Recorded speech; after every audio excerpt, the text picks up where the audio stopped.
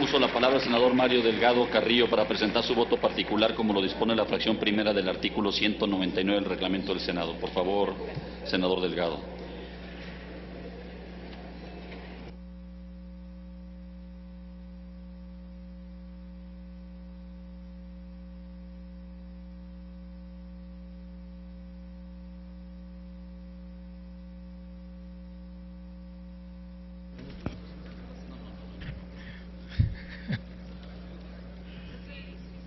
Sí, ¿verdad? Y me emocioné.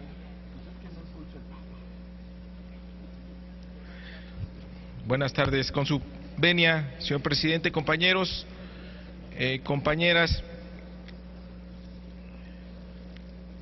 Mi voto particular sobre el artículo 2 es por un hecho que resulta verdaderamente grave para la estabilidad de nuestro país.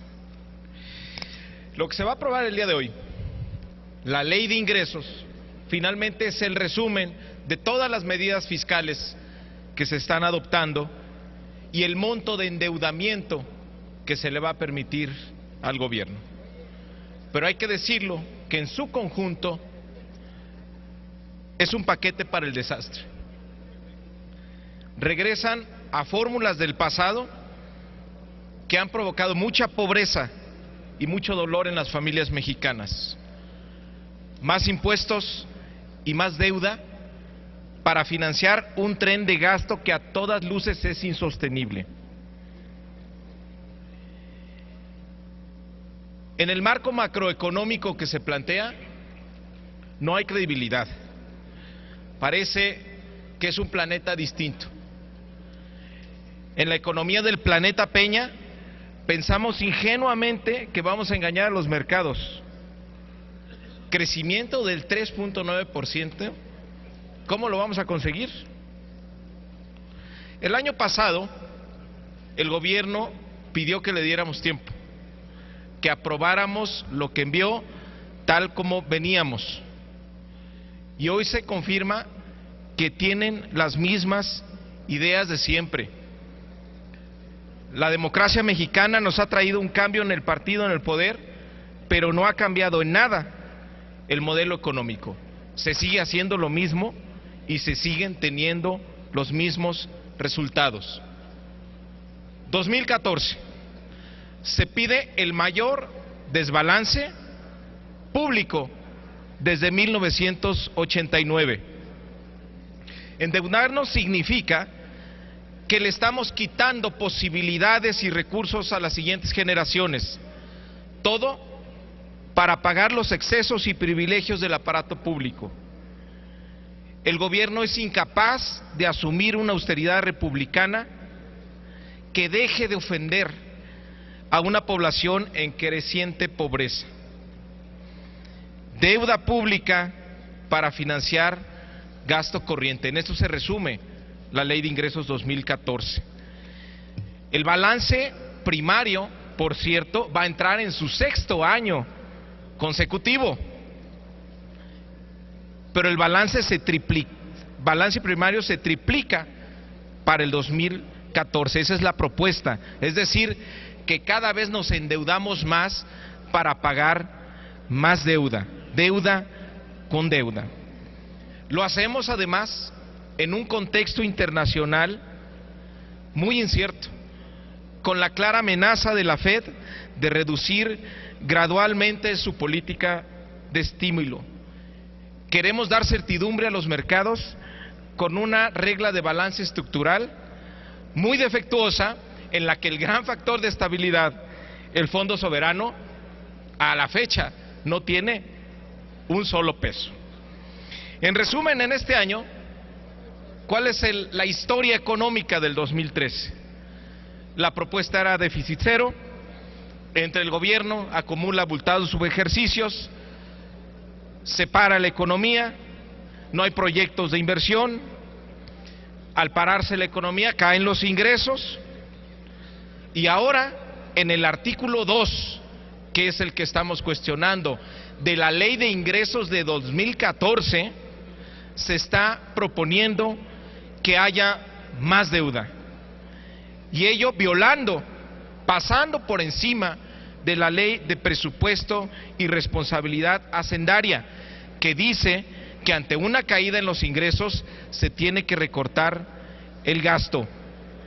Ahora traen la cuenta de algo que ya se gastaron para que se regularice. ¿Cómo entonces creer el supuesto de la disciplina fiscal? ¿Cómo hacemos creer que en los siguientes años ya tenemos una regla de balance y vamos a tener disciplina en las finanzas públicas?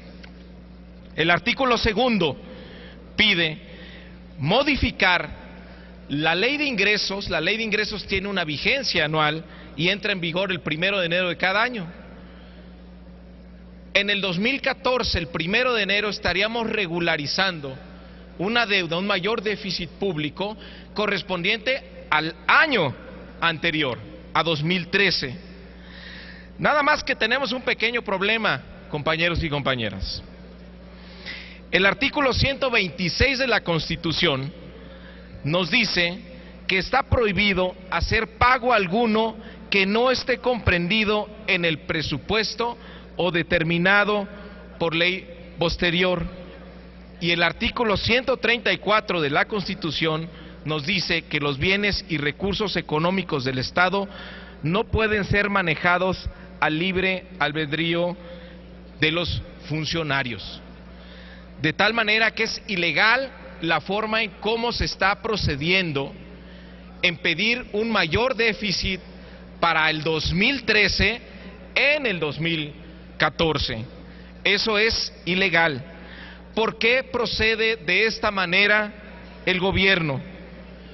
El artículo 21 de la Ley de Presupuesto y Responsabilidad Hacendaria establece los mecanismos que se tienen que seguir ante una caída en los ingresos, como lo está previendo Hacienda, que por cierto, en el informe trimestral del día de ayer, dice que todo va muy bien, que los ingresos tributarios se incrementaron en un 4.3%, pero advierte que en el último trimestre faltarán 15,000 millones de tributarios y 49,000 millones de no tributarios. Ante una caída de ingresos, está regulado qué es lo que se tiene que hacer en el artículo 21 de la Ley de Presupuesto y Responsabilidad Hacendaria, que dice claramente que esta disminución de ingresos debe ajustarse con lo siguiente: debe reducirse los montos aprobados en los presupuestos de las dependencias, entidades, fondos y programas conforme a lo siguiente. Inciso A: los gastos en comunicación social. Segundo, el gasto administrativo no vinculado directamente a la atención de la población. Número 3, el gasto en servicios personales, prioritariamente las erogaciones por concepto de percepciones extraordinaria. Número 4, los ahorros y economías presupuestarias que se determinen con base en los calendarios de presupuesto autorizados. Tiempo, senador. Ninguno de estos rubros afectaría el dinamismo o impactaría a la economía real. Todo es gasto corriente. Para no ajustarse a estas medidas, lo que plantea el gobierno es: por favor, autoricen un mayor déficit público. Viene a regularizar su cuenta, algo que ya se gastó o planea gastar. Esto es absolutamente ilegal, pero lo más grave sería el precedente. En caso de que hoy aprobemos el artículo 2 en esta ley, el precedente ya va a ser muy fácil.